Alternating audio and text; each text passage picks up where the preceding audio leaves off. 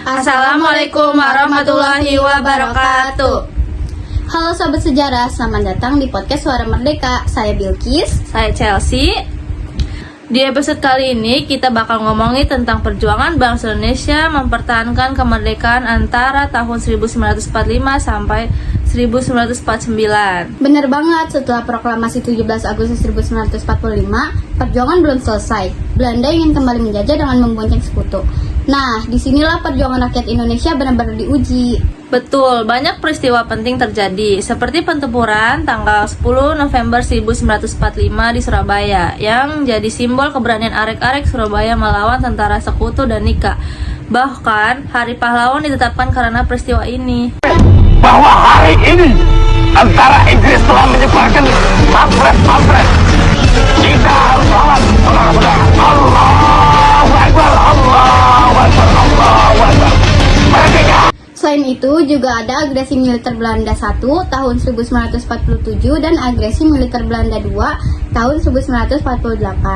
Belanda menyerang Yogyakarta yang sangat itu jadi ibu kota RI, tapi hebatnya semangat rakyat tidak pernah padam. On my neck, gold money, rain, капает на чек. You have some money, love dick, yes, shiny. Пару лямов money. On my neck, gold money, rain, Dora is my name, это мой money rain. No pain, no gain, иди нахуй, модель. Dora is my name, ра-та-та, бэнг-бэнг. Заряжаю, бляга, моя baby модель. Dora is my name, это мой. Apalagi pas serangan 1 Maret 1945 di bawah komando Jenderal Sudirman dan Letkos Soeharto itu bahwa TNI dan rakyat masih solid dan bangsa Indonesia masih ada.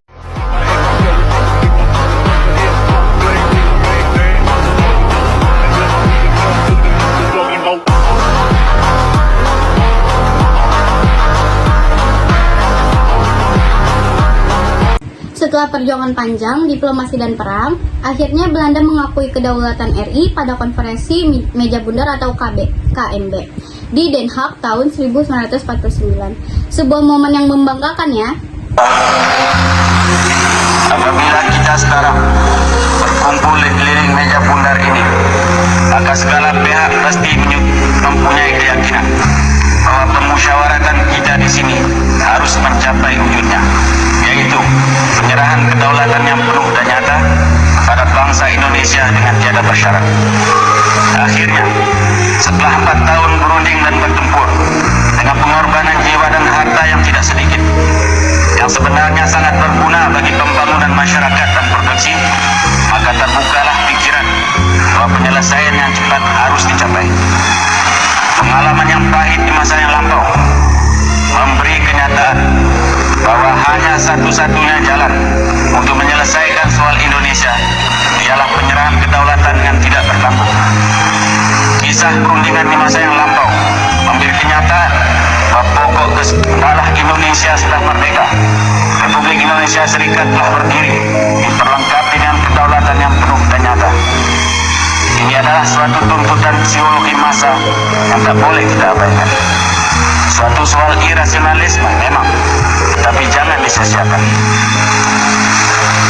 Tuan Ketua yang terhormat, saya berpendapat anak kita yang berunding di meja bundar ini dengan sungguh-sungguh mau mencari penyelesaian dalam soal Indonesia yang akan berakhir dengan penyerahan kedaulatan yang penuh dan nyata dan tidak bersyarat, maka kita harus memusatkan minat kita terhadap kepentingan masa datang daripada bangsa kedua kita kedua belah pihak.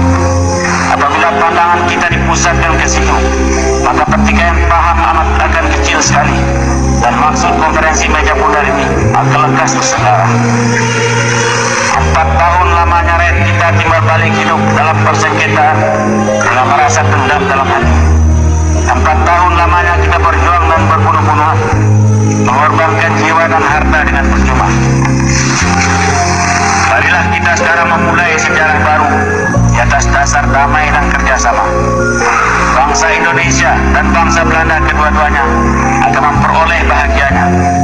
Anak cucu kita, angkatan kemudian akan berterima kasih pada kita.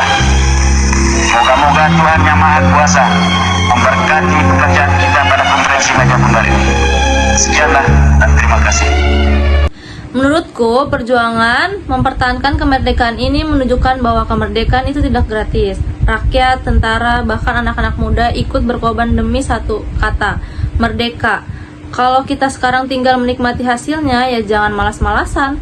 Setuju, aku juga merasa perjuangan 1945 sampai 1949 itu bukan cuma perang fisik, tapi juga perang diplomasi, semangat, dan keyakinan. Dari situ, aku belajar bahwa kita sebagai pelajar zaman sekarang harus menjaga semangat itu dengan belajar sungguh-sungguh dan cinta tanah air. Iya, jangan sampai pengorbanan para pahlawan kita sia-sia. Mereka rela mati untuk Indonesia. Kita, masa cuman disuruh disiplin dan belajar aja masih banyak alasan? Nah, itu tadi obrolan kita tentang perjuangan mempertahankan kemerdekaan Indonesia dari 1945 sampai 1949. Semoga bisa nambah semangat nasionalisme kalian ya. Terima kasih sudah dengerin podcast Suara Merdeka. Sampai jumpa di episode selanjutnya. Bye-bye. Terima kasih. Wassalamualaikum warahmatullahi wabarakatuh. Bye-bye.